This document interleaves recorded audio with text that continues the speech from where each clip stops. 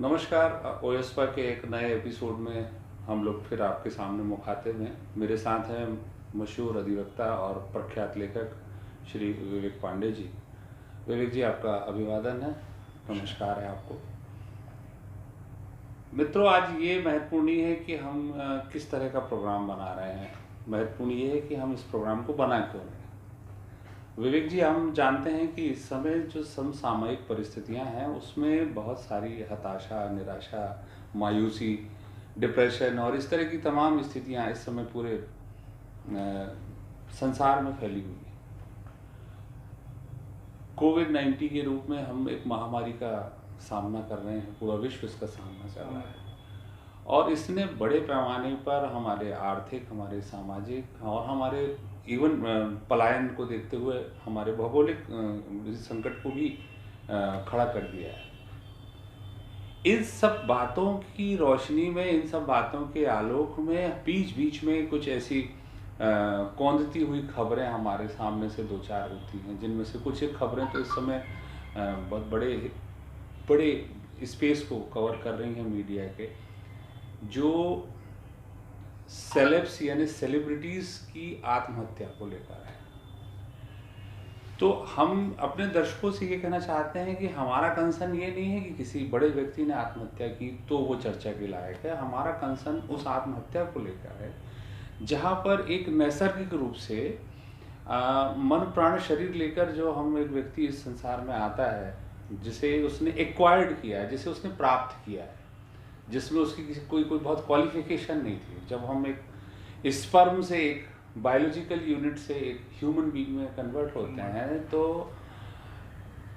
वो हमें पता नहीं होता है। जैसे आज हमें ग्रेजुएशन करना है तो हम 12वीं करना आवश्यक है, पीजी करना है तो ग्रेजुएशन करना आवश्यक है, मगर जन्म लेना है तो हमें नहीं पता कि हमने कोई योग्यता हमारी थी या नहीं, मगर हमें जन्म मिलता है और जो हमें प्राप्त हुआ है उसे नष्ट करने जैसी जो बड़ी एक सोच है या एक बड़ा फैसला है, भले आज हमारे सामाजिक दृष्टिकोण से वो नकारात्मक, मगर वो बड़ा फैसला कैसे बन जाता है, उसकी क्या कानूनी पहलू है, उसके आध्यात्मिक पहलू क्या है और ये सब हो क्यों रहा है, और क्या कुछ ऐसा भी है जो बड़ा दिलचस्प है, वो आपसे समझेंगे कि कुछ लोग जैसे कि इसकी वकालत भी करते हैं कि ये आदमी का अपना हक भी है कि वो अपने जीवन का जो चाहे वो करे।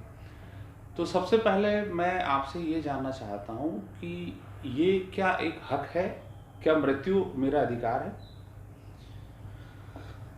बिल्कुल सही आपने पृष्ठभूमि में कहा कि वर्तमान समय में ये प्रश्न बड़ा प्रासंगिक है, क्योंकि जो इकोनॉमिस्ट कुछ जो हैं वो ऐसा फोरकास्ट कर रहे हैं कि हम ग्रेट डिप्रेशन में जा रहे हैं जी, और विश्व की अर्थव्यवस्था जो है वो 1929 के समय में जो ग्रेट डिप्रेशन की स्थिति बनी थी जी, रिसेशन अलग बात है जी, और जब डिप्रेशन होता है तो वो डिप्रेशन लंबे समय तक चलता है। जी। अच्छा, अब ये डिप्रेशन कब खत्म होगा? इकोनॉमिक डिप्रेशन, इसके बारे में भी थ्योरी है, वो एल ग्राफ की थ्योरी है, एल वी ग्राफ की थ्योरी है और यू ग्राफ की थ्योरी है। एल ग्राफ की थ्योरी का मतलब ये है कि एक इकोनॉमिक एक नीचे के स्तर तक आएगी और फिर कंसिस्टेंटली नीचे के स्तर पर रहेगी लगातार, आप नहीं जानते कि वो कब ऊपर आएगी। वी ग्राफ की थ्योरी है कि इकोनॉमी एक तेजी से नीचे के निम्नतम स्तर पर आएगी और फिर उस स्तर से फिर एकदम से उठेगी और फिर अपने पूर्व स्तर को हासिल करेगी। और यू ग्राफ की थ्योरी ये है कि इकोनॉमी नीचे के स्तर पे गिरेगी और फिर नीचे के स्तर पर ही एक समय तक बनी रहेगी और फिर ऊपर के स्तर पे जाएगी यू ग्राफ में।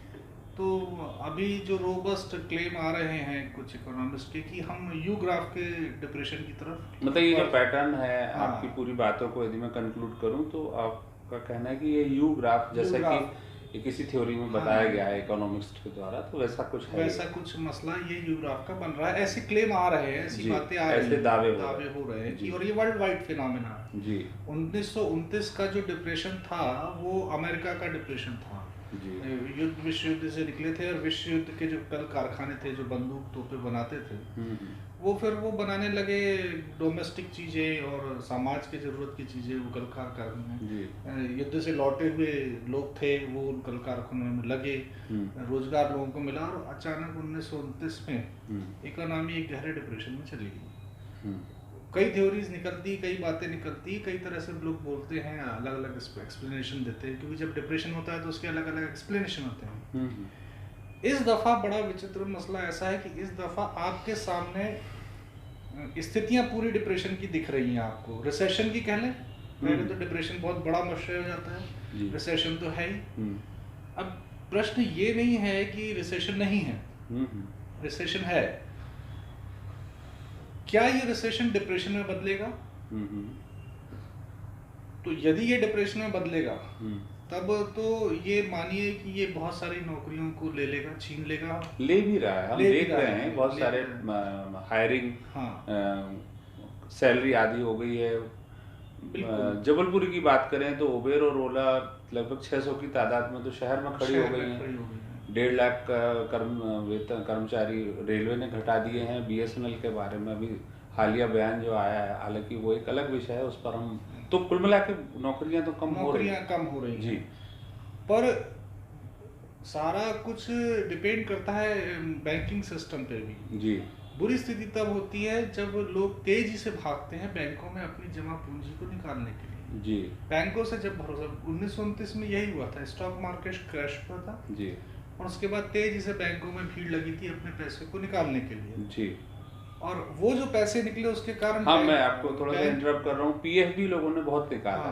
बैंक जो है वो सस्टेन नहीं कर पाए जी। आज का समय जो है परेशानी का है। आपके पास जो 15 करोड़ मिडिल क्लास फैमिलीज लोग हैं जी, वो लोग अब कर्जा लेना नहीं चाहते। बैंक से यदि कर्जा नहीं जा रहा है मतलब उसका प्रोडक्ट बिक नहीं रहा है। बैंक RBI से एक पैसा रेपो रेट और रिवर्स रेपो रेट का जो खेल है जी, वो एंड उसका कंज्यूमर है जो आपका व्यक्ति है जो कर्जा ले रहा है। और कारपोरेट कर्जा का तो भारत से विश्वास उठ गया है, क्योंकि जिस तरीके से राइट ऑफ किया गया है, तो ये बहुत विषम परिस्थितियां हैं और किसी इकोनॉमिस्ट दिमाग के लिए ये पढ़ने योग्य है। विवेक जी, मुझे लगता है सपने बिकते ही इसलिए हैं क्योंकि आदमी हकीकत के साथ जीना पसंद नहीं करता। हमारा जो मूल विषय, कोर सब्जेक्ट है, वो सुसाइड या आत्महत्या है। आत्महंता वो व्यक्ति जो आज हमारे चैनलों में TRP के भूखे भेड़ियों के बीच में छाया हुआ है। कोई व्यक्ति प्रेम में असफल है, कोई व्यापार में, कोई ये कोई वो, और सारी चीज़ों के बाद ये आदमी तर्क स्थापित करता है कि उसे अपने जीवन की लीला को समाप्त कर देना चाहिए। तो ये विश्वव्यापी घटना है, उसके जीवन पे असर तो डालती है। क्यों करता है आदमी सुसाइड, आपको क्या लगता है? देखिए, इसके 2-3 परिप्रेक्ष्य हैं जिसमें आप देख सकते हैं। एक तो व्यक्तिगत परिप्रेक्ष्य है, मोमेंटरी जो है, जैसे प्रेम में असफल हो। अब इसमें राज्य कुछ नहीं कर सकता, उसके लिए वो प्रेम हासिल करके देना राज्य के लिए असंभव है जी, क्योंकि इसमें निर्णयात्मक राज्य नहीं है, इसमें निर्णयात्मक व्यक्ति है। तो जहाँ कुछ ऐसे विषय हैं जैसे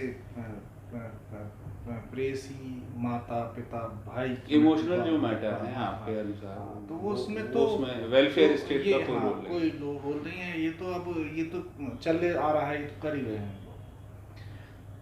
आज की चिंता का विषय जो है सामाजिक परिप्रेक्ष्य में, वो आर्थिक, इसलिए मैंने आर्थिक पृष्ठभूमि पहले रखी, क्योंकि आज ये जो स्थिति बन रही है वो आर्थिक स्थिति और सामाजिक स्थिति जो है वो बन रही है कि लोग सोच रहे हैं। मैं जानता हूँ कई मेरे मित्र हैं, कई मेरे जानने वाले हैं, और जब वो बहुत निराश होते हैं तो आपको पूछते हैं कि क्या तुम सुशांत तो नहीं हो?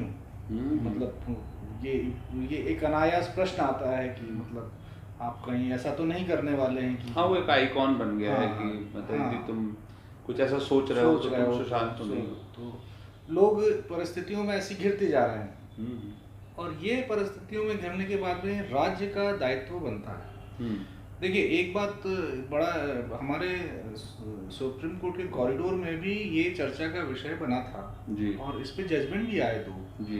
एक जस्टिस BL हंसारिया का जजमेंट था, रत्ती नाम करके मर रहा था, तो उस मुकदमे में ये तय किया था उन्होंने कि जो व्यक्ति को जीने का हक है उसको खुद को मारने का भी हक है, right to life include right to death also.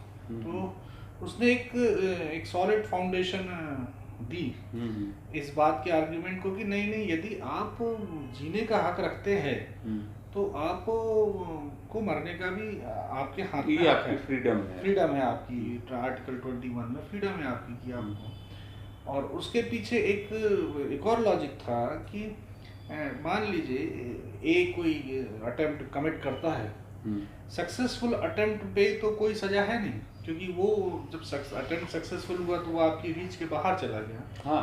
परंतु वो यदि असफल हुआ है तो वो संवेदना आपको देना चाहिए, उसको मदद देना चाहिए, बजाय उसको आप जेल की सलाखों के पीछे डालने की बात कर रहे हैं। यदि वो बच गया है तो उसके लिए पीड़ा दो तरफ की है, तो या तो वो करे तो सफल अटेम्प्ट करे, यदि असफल होता है तो उसके लिए ये परेशानी हमेशा खड़ी है।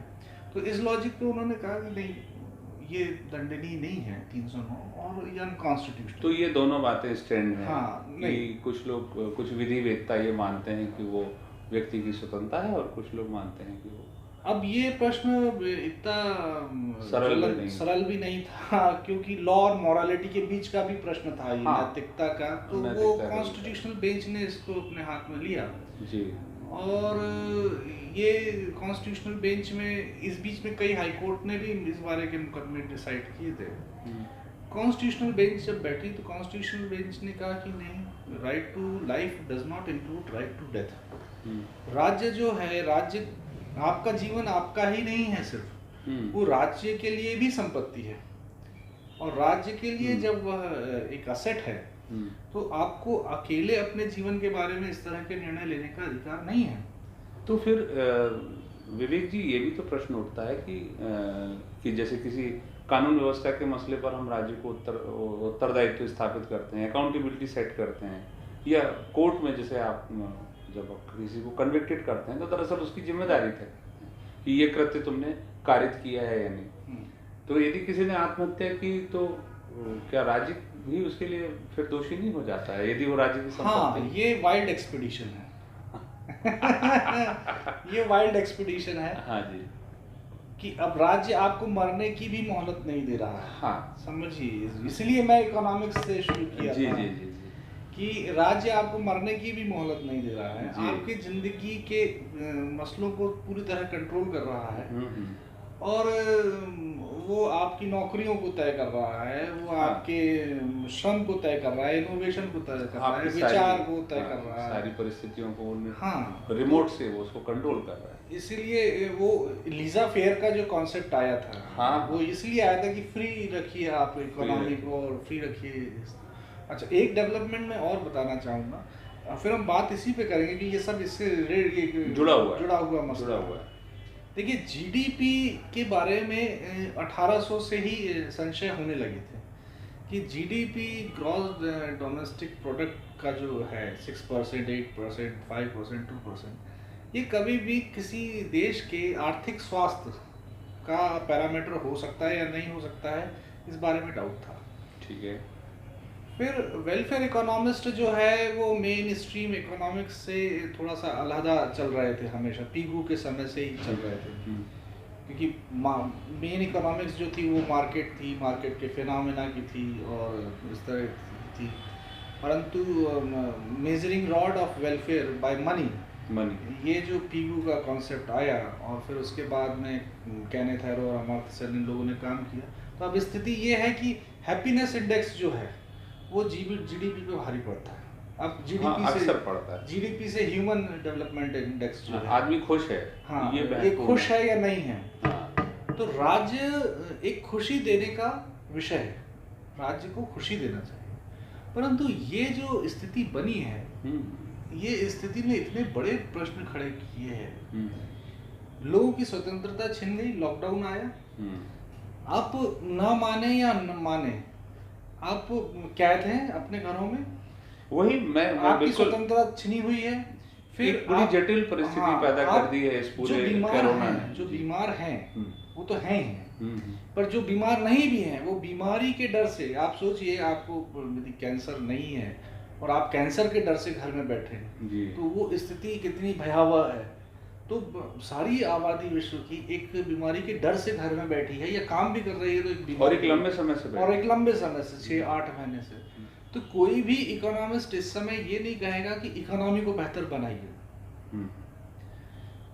दुनिया को रास्ते खोजने पड़ेंगे खुश रहने के, और राज्यों को भी ये रास्ते देने पड़ेंगे कि आप खुश कैसे रहें इन परिस्थितियों में। राज्य का यदि ये दायित्व है कि वो ये कहता है कि आपको यदि आत्महत्या का अधिकार नहीं है, तो राज्य का ये भी दायित्व है कि वो ये देखे कि उसके लोग अनायास ही आत्महत्या की तरफ ना जाए। और एक मगर आप देखिए विवेक जी, इधर इंदौर में एक सुपर मॉडल ने सबसे पहले ये जो सिलसिला शुरू हुआ, वो टिकटॉक जैसे ऐप पर बड़ी मशहूर थी, सिर्फ 19 साल की थी, थिएटर, यदि मैं दुरुस्त हूँ तो थिएटर भी करती थी वो लड़की। वहाँ से लेके फिर अच्छा, ये कुछ ऐसा संक्रांति काल भी है, जैसे आपने कहा आप जिनके पास धन नहीं तो वो करें तो वो तो समझ में आता है, मगर अब सुशांत के केस में तो 14 से 15 करोड़ का लेन देन भी विचाराधीन है। तो मतलब यहाँ पे कुछ हमारे जो पुराने सिद्धांत हैं वो भी, ये जो पुरानी हमारे परसेप्शंस हैं नॉलेज को लेके या कारणों को लेके, वो भी यहाँ पे थोड़े से मतलब लेते हैं ना, इससे भी कुछ हटके मामले देखने में आ रहे हैं। नहीं, ये देखिए, ये आपको वेस्टर्न फिलोसफीज बारे में कोई भी रेमेडी या दवा नहीं दे पाएगी जी। आप इस बात को बड़ा साफ समझ लीजिए जी। वेस्टर्न नॉलेज और फिलोसफी जो है वो रैशनलिज्म पे है, रैशनैलिटी पे है। माइकल फुकॉल्ट का काम था फिलोसफी ऑफ मैडनेस पे। हाँ, पूरा काम था। जो तो पोस्ट मॉडर्निज्म के जो लोग मानते हैं कि ये पिछले 500-700 साल से जो भी काम किया गया है वो एक तरह का मैडनेस की तरह चला है। हाँ, एक विराट पागलपन। हाँ, विराट पागलपन की तरह चला है। तो और कोई भी साइकेट्रिस्ट जो है वो पागलपन की पूरी परिभाषा तय नहीं कर पाएगा। और आप ये मानेंगे कि बहुत बड़े बड़े वैज्ञानिक, एलन टर्निंग ने आत्महत्या करी तत्कालीन हालातों को लेकर। बिल्कुल बिल्कुल। कैंटोर के हालत बुरे हुए आखिरी में, जो जिस तरीके से वो मरे, जॉर्ज कैंटोर। उसके बाद में एक फिजिसिस्ट थे, फॉरगेटिंग हिज नेम, ही आल्सो कमिटेड सुसाइड। तो एक लंबी श्रृंखला है जो इंटेलेक्चुअल लोग, जो इंटेलेक्चुअल लोगों के सुसाइड का भी एक बड़ा मसला है। इंटेलेक्चुअल जो सुसाइड है वो एक ऊहापोह में है। हाँ, जब उनको जीवन बेमानी लगता है, खोज और अन्वेषण की वो एक पराकाष्ठा पे पहुंचने के बाद जब वो किसी पहेली को हल नहीं कर पाते और हल ना कर पाने की ऊहापोह में वो कहते हैं कि अब ये जीवन ही निसार है, मैं जो दे सकता था मैंने सब दे दिया। आत्महत्या का एक स्टेट ऑफ माइंड होता है कि जो मैं कर सकता था वो मैंने सब कर लिया और मुझसे हो नहीं पाया। अब अगला जो है मुझसे होगा नहीं। और जब अगला होगा नहीं और स्थितियां भी वैसी नहीं हैं और इतना इंतजार मेरे लिए और भी बीमारी है, तो जो एक निराशा का भाव जन्म लेता है, उस निराशा के भाव में अपने ऊपर क्रूरता वो बहुत छोटी लगती है उनको, क्योंकि आत्महत्या भी अपने ऊपर एक बड़ी क्रूरता है। बिल्कुल बिल्कुल है, तो हिंसा ही है। हाँ, हिंसा है। तो वो क्रूरता जो है, वो क्रूरता जब छोटी लगती है तो व्यक्ति के, आपने तो एक नाटक किया है इस पे बड़ा, लिम्का बुक में आया, वो सुसाइड पे। इनफैक्ट हम जब बात कर रहे हैं तो आपका भी उसमें एक बड़ी पृष्ठभूमि है। हाँ, कि जो आपने सबसे बड़ा लंबा नाटक आत्महत्या पे किया, तो आत्महत्या के आप बेहतर बता सकते हैं कि वो जो पहलू होते हैं जिनमें वो निर्णय लेता है, तो उसकी जो रेसिपी है वो रेसिपी भले ही समाज में बन गई हो, पर अब समाज को इस बारे में खुल करके बात करना आवश्यक है। हाँ, ये एक मैं आपने नाटक का जिक्र किया विवेक भाई, तो उसमें बात ये है कि ये जब वो नाटक लिखा गया और मंचित हुआ, उसे एप्रिसिएशन मिला, वो एक अलग बिंदु हो सकता है। मगर कहीं ना कहीं ये सब बातें किसी वर्जना का हिस्सा बनती जा रही, मतलब हमें ये बात नहीं करनी है, हमें इन बातों से दूर रहना है। सो कॉल्ड पॉजिटिविटी का एक जो दौर चल रहा है, जो बहुत सारे अभी जो स्यूडो इंटेलेक्चुअल्स हैं, मतलब जो व्हाट्सएप यूनिवर्सिटी से मतलब पॉजिटिविटी के नाम पर क्या है, आदमी की अंतरात्मा को एड्रेस ही नहीं कर पाते। क्यों ध्यान वेस्टर्न लोगों को मेडिटेशन क्यों पसंद आया और योग क्यों पसंद आया, तो मुझे लगा कि वो कहीं वो हमारी आत्मा को छूता है, हमारे भीतर के कमल को खिलने में मदद करता है। इसमें तो कोई मतलब हजारों रिसर्च आर्टिकल्स हैं, आप जानते हैं। और मगर दिक्कत ये है कि अब उसका भी बाजारवाद आ जाता है, तो फिर वो कहीं फिर वो एक समस्या है कि जो आदमी जो प्यास उसकी थी वो बुझती है कि नहीं बुझती है। और फिर शिखर पर बैठे हुए लोग या एक पहाड़ पर जाने के बाद जैसे कहा जाता है कि आदमी अकेला हो जाता है, उस अकेलेपन का भी हमें कोई ना कोई रास्ता ढूंढना होगा। तो इस पर आपके क्या ख्याल है? नहीं, देखिए, अभी जो सबसे बड़ी चिंता का विषय है वो मिडिल क्लास की गरीबी और भुखमरी है जी।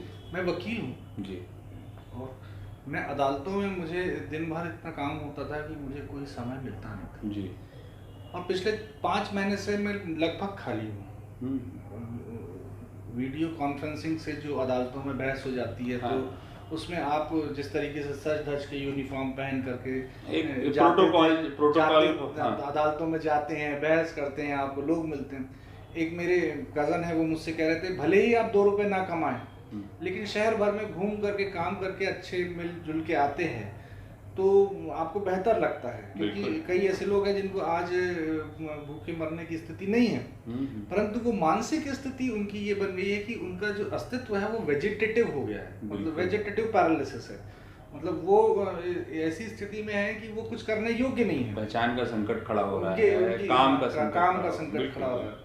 तो ये जो स्थिति बनी है, अच्छा, भारत में इस बारे में खुल के बात होना आवश्यक इसलिए है साहब, आप 150 करोड़ लोगों का देश है और आप उस समुदाय में बुरी तरह घुल मिल कर रहने वाले हैं। जैसे आप स्विट्जरलैंड जाएं, आप ऑस्ट्रिया जाएं, जर्मनी जाएं, तो सोशल डिस्टेंसिंग वहाँ तो ऑलरेडी है ही है, लोग एक डिस्टेंस पे रहते हैं और एक दूसरे में बहुत ज़्यादा मिक्सअप नहीं।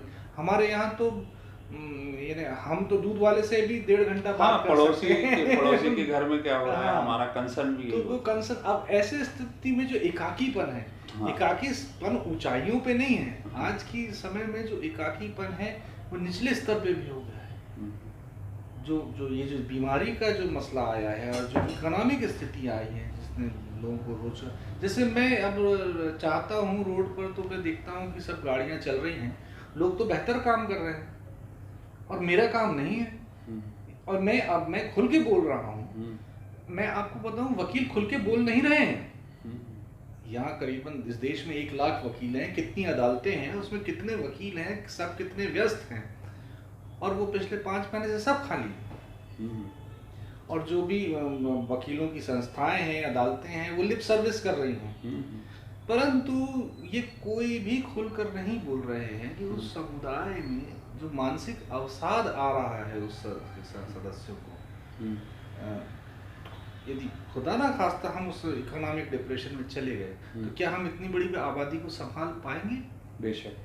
तो ये जैसे आपने जो नाटक किया, वो नाटक के बारे में मैं पूछना चाहूँगा कि उसमें अंत में क्या हुआ था, मतलब अंत में हाँ बिल्कुल अंत में उसमें विवेक जी समस्याओं का सामना करते करते उस नाटक का जो नायक है वो उस सुसाइड नोट को फाड़कर फेंक देता है और ये पाता है कि ये जीवन तो जीने योग्य है।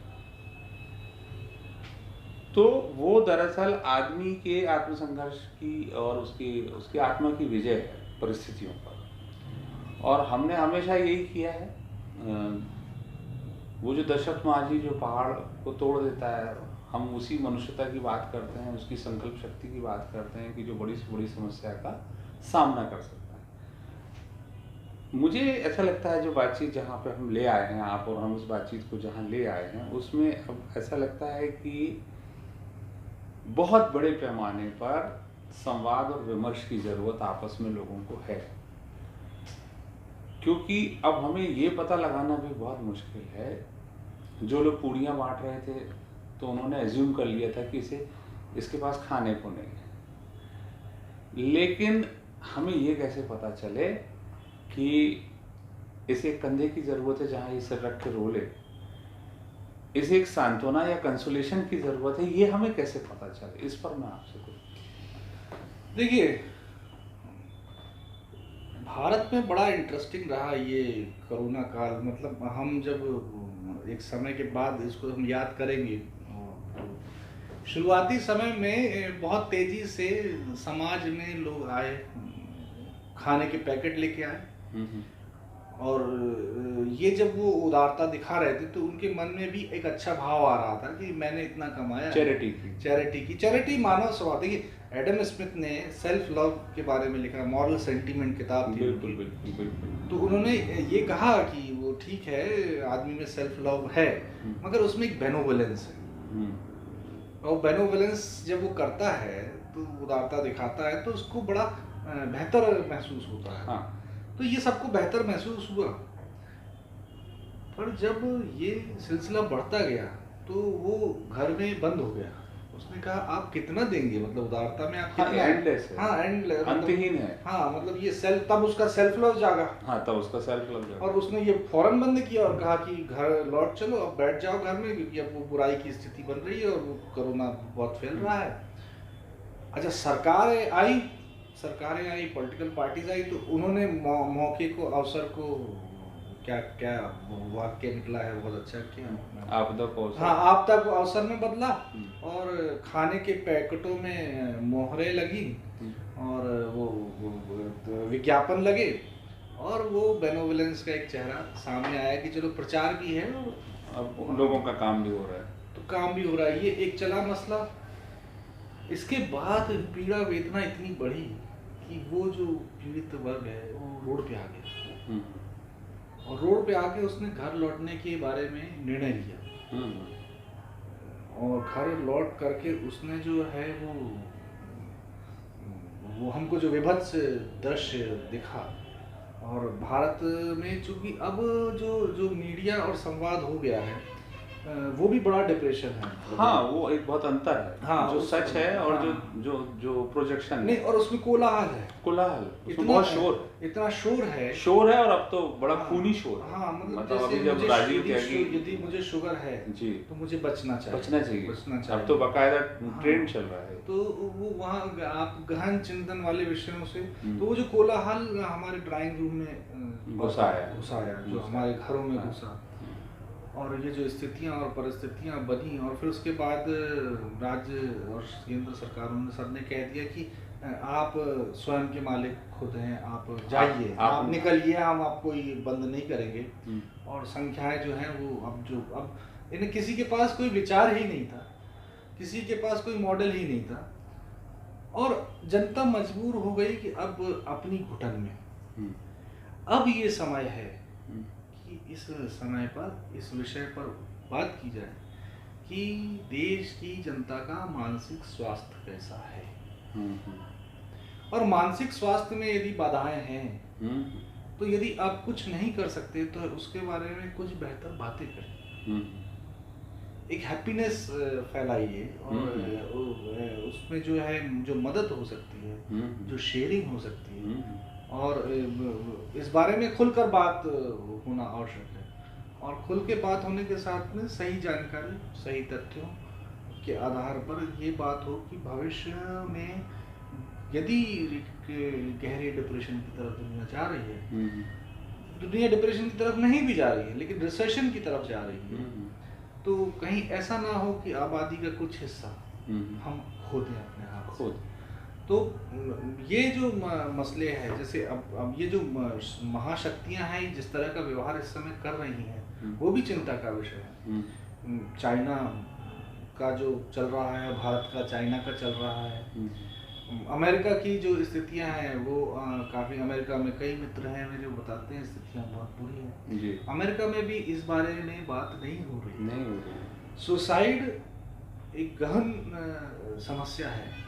हाँ है भी, और शायद किसी बार किसी मौके पर आपकी और मेरी इस विषय पे चर्चा भी हुई थी कि मनोवैज्ञानिक तो ये मानते हैं कि एक स्वस्थ व्यक्ति के मन में भी कई बार ये विचार आता है। हाँ 50 से अधिक बार उसके मन में ये ख्याल स्वस्थ व्यक्ति के मन में भी आ जाता है, मगर अभी ये एक अलग बात है कि इस समय कुछ ज़्यादा ऐसी स्थितियाँ हैं। नहीं देखिए, सुसाइड के लेवल तक पहुंचकर आदमी उस घटना को कारित ही कर दे, ऐसे मसले तो अमूमन कम ही होंगे, क्योंकि जिजीविषा आदमी को ये करने से जीने से बिल्कुल रोक। आप देखिए हॉलोकॉस्ट में कितने लोगों को जर्मनी में ये किया गया, मारा गया, फिर भी वो कौम बचना चाह रही थी, और फिर इजराइल में वो बची, अपना अस्तित्व बचाया।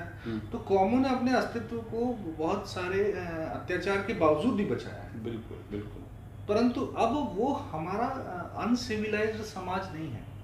हमारा सिविलाइजेशन उस हाइट पे पहुंच गया है जहां हम संवेदनशील मुद्दों के बारे में खुल करके बातचीत करें, और ये वक्त आ गया है, और ये वक्त आ गया है कि ये चूंकि इकोनॉमिक्स से ज़्यादा रिलेटेड हो गया है, अर्थशास्त्र से बहुत सीधे तौर पे जुड़ा है, तो अर्थशास्त्रियों को भी इस बारे में इसका एक ह्यूमन फेस। रघुराम राजन का मुझे एक कमेंट अच्छा लगा था, उन्होंने कहा था आप इस समय पैकेजेस की बात मत सोचिए कि आप पैकेजेस बना करके आर्थिक जगत में आप दे देंगे तो उससे समस्याओं का, मनोबल बहुत बड़ा विषय है। अर्थशास्त्र फेल होगा यदि जनता का मनोबल समाप्त हो। बड़े बड़े इकोनॉमिक डिप्रेशन से आप निकल सकते हैं, बशर्ते आप उस आबादी के मनोबल को उस ऊंचाई तक। मैं जानता हूं कि मोदी सरकार के पास में कोई बहुत ज़्यादा इसका वो नहीं होगा हल, पर अब जब हल नहीं भी हो तो घंटी बजाने से भी मनोबल हो सकता है, मतलब दिया जलाने से भी मनोबल हो सकता है। थोड़ी सी बेवकूफ़ाना ये बातें लगती हैं, मतलब हाँ, लेकिन आप देखिए कि वो एक फर्जी दवाई जो कोविड की निकली, बाबा रामदेव ने गर्वपूर्वक कहा, फिर अचानक उसको केंद्र सरकार ने बोला आप ऐसा ना करें। वो ठीक है, एक जो भी था वो वाकया, पर उसने देश का मॉरल बनाया कि भाई कुछ हो सकता है। नहीं, आज भी बहुत लोग उम्मीद से उम्मीद पर कायम। वो ठीक है, उन्होंने बाजार में अपना एक हिस्सा ले लिया होगा कि भाई लोग बिला वजह ही भले ही खरीद रहे होंगे उसको इम्यूनिटी के नाम पर कुछ उम्मीदें हमको बचा करके रखनी है इस विपरीत समय में, जो कल इस बात की गवाह हो कि वो ठीक है हमारी कश्ती डूबने के कगार पे थी, पर हम कुछ तिनकों के सहारे रास्ता तय कर रहे। अभी आगे आने वाले 1-2 साल में क्या स्थिति होगी ये भाप पाना थोड़ा दुभर होता ही है, क्योंकि इकोनॉमिक्स की भी प्रेडिक्टेबिलिटी 100% नहीं होती। वो साइंस है, विज्ञान है, वो आपको एक हद तक बता सकता है, बता भी देगा, पर वैसा ही होगा ऐसा कहना बहुत मुश्किल होता है। पर स्थितियाँ बुरी होंगी, बुरी हैं, और कुछ समय तक ये बुरी रहेंगी, और ऐसे में आबादी को राज्य की जिम्मेदारी, जब कॉन्स्टिट्यूशनल बेंच ने ये बोला कि आपको मरने का अधिकार नहीं है, तो जीवन कैसे उनका खुशनुमा हो, इस पर हमको विचार करना पड़ेगा कि विपरीत स्थिति में ये जो हमको आत्महत्या के बारे में सुनने मिल रहा है, या लोगों के स्तर के विचारों के बारे में सुनने मिल रहा है, और जो गांव के स्तर तक अभी इस तरह से लोग दुखी हो रहे हैं, इस बारे में हमको कुछ फ्रेश खुशनुमा माहौल बनाने की आवश्यकता है। सरकारें आएंगी जाएंगी, ये सरकार रहेगी वो सरकार रहेगी, और सरकारें गिरेंगी भी और गिराई भी जाएंगी, ये तो राजनीति का द्वंद्व चलेगा। पर मैंने आपके वही नाटक की बात हो गई कि आखिरी में वो व्यक्ति के किस तरीके से, फिर वही मैं प्रश्न पूछ रहा हूँ कि आखिरी में वो व्यक्ति ने आखिरी में वही होता है, और हर फिक्शन का जो होता है वो नाटक का भी था, और उम्मीद करते हैं कि हकीकत में भी वैसा हो। आखिरी में हमारा नायक नाटक का जिंदगी से दो हाथ करने के लिए तैयार हो जाता है। और उस नाटक के बारे में थोड़ा सा बता दो, शुरू कैसा हुआ, वो बीच में कैसा चला, और आखिरी में क्या हुआ? शुरू और मध्य और अंत उसका वन लाइन ये था कि एक आदमी मंच पर उपस्थित होता है बहुत सारी वजह लेकर, मगर हर बार जैसे वो मरने की कोशिश करता है, कोई ना कोई बेतुका सा कारण आ जाता है और उसको बाधा पैदा करता है। एक बच्चे की गेंद आ जाती है जैसे वो मरने तैयार होता है, कहीं एक पड़ोसन शक्कर मांगने आ जाती है, आदि आदि ऐसे उस पर नाटकीय प्रसंग थे। मगर अंत में वो अब चूँकि वो नाटक चूँकि कमर्शियल नाटक है मेरा, तो मैं इसलिए आपको पूरा नहीं बताना चाहूँगा, नहीं तो आप उसकी टिकट नहीं ले पाएंगे। तो मगर उस नाटक का जो कथ्य है, कथानक है, वही शायद आज हमारी इस चर्चा का मुख्य विषय भी बन गया है। और अब इस कार्यक्रम, इस बातचीत, इस विमर्श के अंतिम उत्तरार्ध में हम इस बात को यहाँ पर ख़त्म करने की कोशिश करते हैं कि ये जीवन है, इस जीवन का यही है रंग रूप। ये जो एक प्रसिद्ध गीत का के बोल थे, और इसी रंग रूप को अब हमें स्वीकारना है, इसी के साथ रहना है। और ऐसी बहुत सारी फिल्में हैं, नाटक की यदि हम बात करें तो लाइफ ऑफ पाई जैसी इरफान की बड़ी मशहूर फिल्म है, जहाँ पर वो अपनी जिजीविका को स्थापित करते हैं, एक बोट पर, नाव पर अकेले बैठे हुए हैं। ऐसी बहुत सारे लोगों ने इस दौर में अपनी क्रिएटिविटी को एक अलग लेवल पर पहुँचाया है। बहुत लोग क्रिएटिव भी हुए हैं। हम सिर्फ उन बातों पर जा रहे हैं जहाँ पर लोगों ने एक बात मैं प्रशांत जी भूल जाऊंगा और बहुत बताना जरूरी है। जब नया नया लॉकडाउन शुरू हुआ था, मैंने भी पढ़ा था, जब प्लेग और ये सब बीमारियां थी तो न्यूटन कैम्ब्रिज से चले गए थे अपने गांव में, और वहां पर उन्होंने अपने खोज के बड़े विषय किए। हाँ, तो ये सृजनात्मक चीजों हाँ, के लिए मतलब हमारे पास अगले 3-4 महीने में हो सकता है बहुत अच्छे लेखकों की, चाहे वो इंग्लिश हो चाहे हिंदी हो, बहुत अच्छे ब्लॉग्स, पता नहीं क्या क्या आप सामने आने वाला है, जो इस प्रसव काल में, जिसे हम अनलॉक और लॉकडाउन काल समय के कालखंड कह रहे हैं, उसमें रचा गया होगा। तो इस पर कि इस प्रस्तुति के बारे में अपने विचार हम तक ज़रूर पहुंचाएं। नीचे जो लिंक दी हुई है उसे ज़रूर क्लिक करें, और उम्मीद करते हैं कि ये बातचीत या इसके कुछ हिस्से या शायद पूरी बातचीत आपके जीवन में कहीं कुछ उजाला कर पाए। नमस्कार।